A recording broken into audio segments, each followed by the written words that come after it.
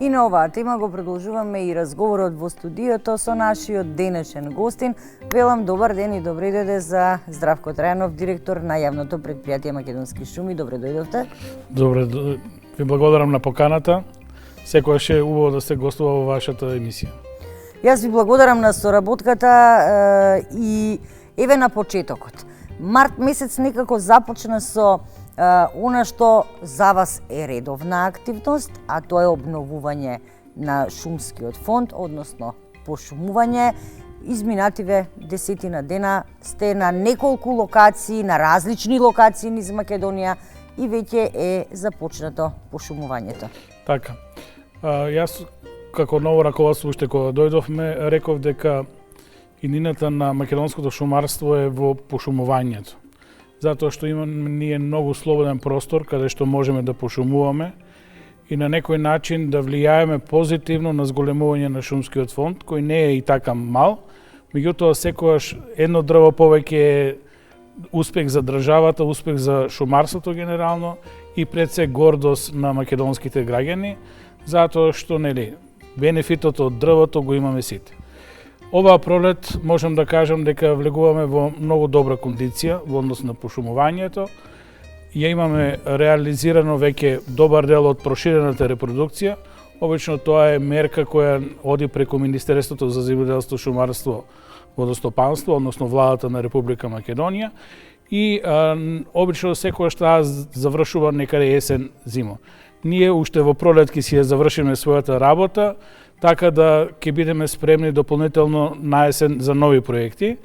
Тоа е некаде околу 50-60 хектара ќе бидат пошумени во Радовиш.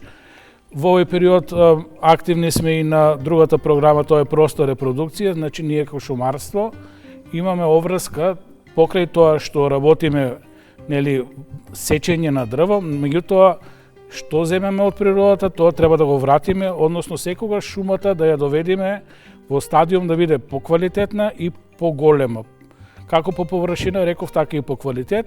Тоа е простата репродукција и тука имаме некои 60 хектара планирани активности напролет и на моје големо задоволство во овој период имаме некаде околу 120 хектара планирани активности со општествено одговорни компании кои донираат и овде ја користам приликата да им се заблагодарам, а во секој случај да ги поканам сите компании во Република Македонија, домашни, странски и така натаму, од било која област да учествуваат во пошумувањето, зеленувањето на нашата држава, затоа што тоа е на некој начин пред се еден убав еколошки гест и вложување во државата и пред се вложување во иднината на државата, затоа што овие шуми што сега ги подигаме ќе бидат гордост после 50-100 години, а тоа е гарант за нашата држава.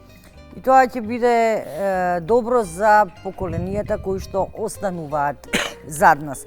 Она што е, да речеме, малку застрашувачко е тоа што во последните неколку години се зголемува бројот на шумски пожари. За жал, во Кумановско, односно на североистокот, во Берово изминативе години, во Прилепско, изгореа шуми кои што биле засадени пред повеќе од 30-40-50 години. Колку време ќе треба да се надомести тоа? Дали може, да речеме, во рок од година-две да се засадат нови дрвја на толкави површини? Така, апсолутно наша обврска, законска обврска е да ги санираме сите пожари во државата. Што значи тоа? Многу е битно благовремено да се исчисти теренот. Значи, тоа е првиот услов за да дојде шумат. Било по природен пат, онама каде што нема да имаме природна обнова на шумата, ќе интервенираме вештачки преку пошумување или комбинација од природно обновување и вештачко обновување со пошумување. Наша законска обврска е и пред се како шумарска фела, наша обврска е таму кај што има шума повторно да има шума. Значи ние на сите опожарени површини ќе действуваме и ќе ги возобновиме шумите на еден или втор начин, или комбинација природата и нашите активности. Затоа што во суштина Тоа што било шума мора да биде шума и тука ние сме како ФЕЛА апсолутно посветени на таа работа. Едно, тоа го сакаме, а другото, тоа е и законска обврска согласно инспекцијските наоди, брзо да интервенираме и да направиме квалитетно пошумување кое ќе гарантира дека после извесно време, реков 50 до 100 години, овде ќе имаме шуми кои ќе бидат квалитетни и ќе бидат гордост за сите. На шумата и треба многу време. Тоа не е процес кој денес ќе го видите или често пати ние во шумарството имаме ситуации секогаш своите дела не може да се ги видиш. Ги гледаш делата на тие што работеле предходниците. Так. Меѓутоа, свесни од искуствата, ние ги користиме позитивните пракси во оваа сфера и даваме максимален допринос да сите пошумувања бидат успешни. Природата си го прави своето. Често пати има и грешки, често пати некоја садница може и да се исуши, да биде повредена и така натаму. И сосема е нормално одреден број на садници и да не успеат. Меѓутоа, затоа ние правиме повраќање на определена површина, она што не е зафатено го пошумуваме и така да низ еден процес ние овозможиме доволен број на садници на определена површина, која ќе гарантира дека овде ќе имаме склоп, односно ќе имаме функционална шума, која понатаму сама по себе ќе се одржува и на некој начин ќе стане еден дел од екосистемот. И сега, јас не се сомневам, а верувам дека ниту гледачите се сомневаат, кога станува збор за пошумувањето, се садат соодветни садници на соодветни места. Точно знаете кои садници можат до која надморска височина да виреат и тука нема никаков проблем. Но мене лично ме интересира, верувам и гледачите, многу е во последниве години актуелно и атрактивно да се садат украсни дрвца. Од една страна имаме климатски промени, глобално затоплување, ненормални горештини летно време и од друга страна имаме дрвца кои што не даваат некаква сенка за да може да пешачите кога се враќате, да речеме, од работа. Имаме една апсурдна ситуација. Одете пешки, ама сенка немате нигде. Може ли ве консултирали некој? Прашањето ми е дали некој ве консултира, бара совет од вас, какви дрвја треба да се посадат во урбаните средини за да се намали тие топлотни зони кои што се создаваат на асфалтот и на бетонот. Така.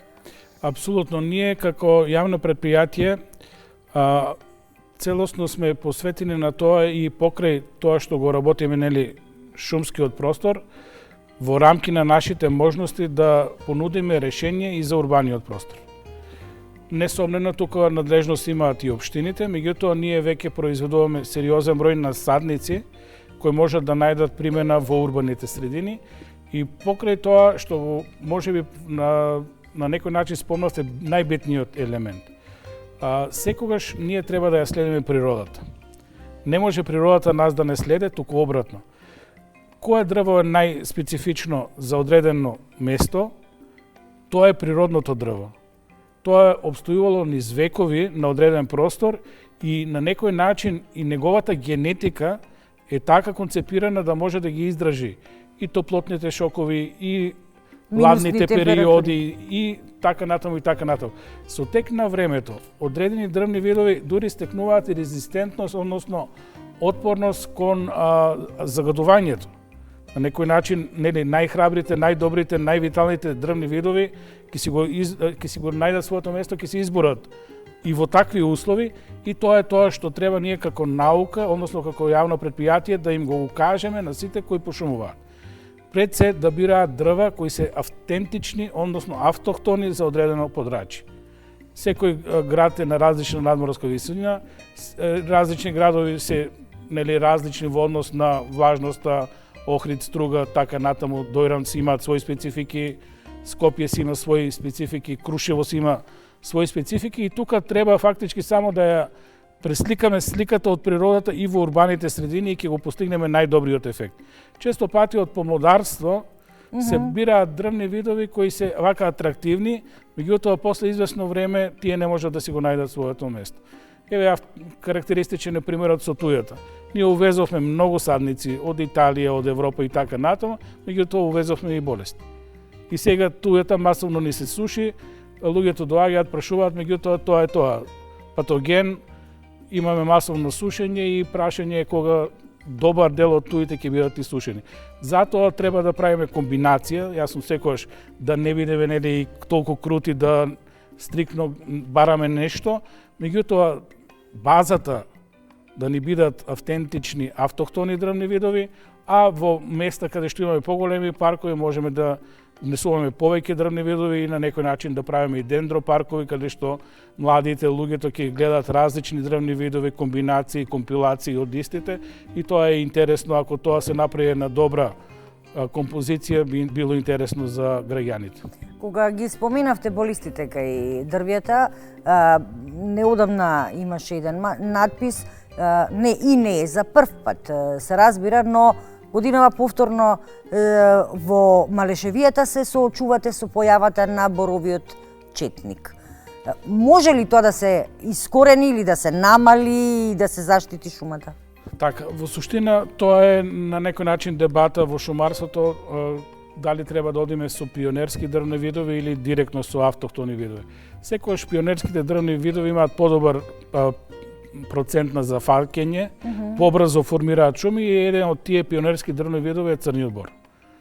Добри резултати постигаме сега и со чемпресот и така натаму и на некој начин ви е загарантиран успехот на пошумувањето, меѓутоа после определено време се гледа дека на одредени локации едноставно црниот бор не дава добри перформанси, односно има проблеми со својот развој, растеж и на некој начин во ситуација кога имате подолги летни периоди со високи температури или лоши остри зими, тие делуваат негативно на пионерските дрвни видови и ги физиолошки ослабуваат. Тоа пак е причина за појава на различни штетници, за типично за црниот бор е боровиот четник, тоа е гасеница која масовно се јавува и на некој начин предизвикува проблеми во растежот на тоа дрво, меѓутоа е една непријатна ситуација ако се најдете во таква средина, едноставно гасеницата може да ви направи проблеми и да се јават нели тие убоди од гасеница, не е пријатно во секој случај, меѓутоа сепак ние и како шумарска фела веќе сме на мнение дека повторно и тука треба да одиме со автохтони типични дрвни видови за одреден простор, колку и да тоа ќе биде потежок процес на пошумување, тоа се пред се во ниските делови дабовите, во повисоките буката, колку и тоа да е потешко да се подигне таков насад, да се вратиме еднаш, два пати, три пати, тоа ќе бидат стабилни насади кои ќе гарантираат многу подобар и визуелен изглед и постабилни насади од аспект на шумарството. И како за крај на разговорот, господине Трајанов, што ќе се случува викендов, каде ќе садите викендов? Викендот сме на повеќе локации, значи пошумуваме, завршуваме во Радовиш, вчера веќе при крај акцијата во Дебар, имаме акции завршување на проектот за Обединените нации, тоа е веќе во финална фаза, значи имаме многу акции во Струмица, на многу места се проширува пошумува поднос на проширена репродукција. Значи имаме една лепеза, готово цела Македонија ни е опфатена со пошумувањето и на некој начин ние сега малку и ќе се пофалам, имавме успешна година, позитивни резултати финансиски и веќе можеме многу по-здраво да се зафатиме со овие убави работи во шумарството да пошумуваме. Сега лимитирано, меѓутоа наесен со сериозни бројки со кои ќе се гордееме сите како шумарска фела и пред се граѓаните на ова наша убава Македонија ќе се гордеат со шумарството. Јас верувам дека ова се што кажавте, дека ќе си стоите на зборот и дека на есен ќе имаме уште поголема акција, како што е ред. Впрочем, есенското пошумување е секогаш помасовно и поуспешно. Искрено ви посакувам многу успех во работата. Посакувам предпријатието да застане на здрави нозе, да имате стручен кадар кој што ќе си ја работи својата работа, а Македонија да биде зелена онака како што доликува. Тоа е на некој начин шумарското мото, да бидеме препознаени по зелената боја, по успехот, по шумите кои се гордост за Република Македонија. Ви благодарам уште еднаш и се гледаме во некоја следна прилика сигурно. Благодарам.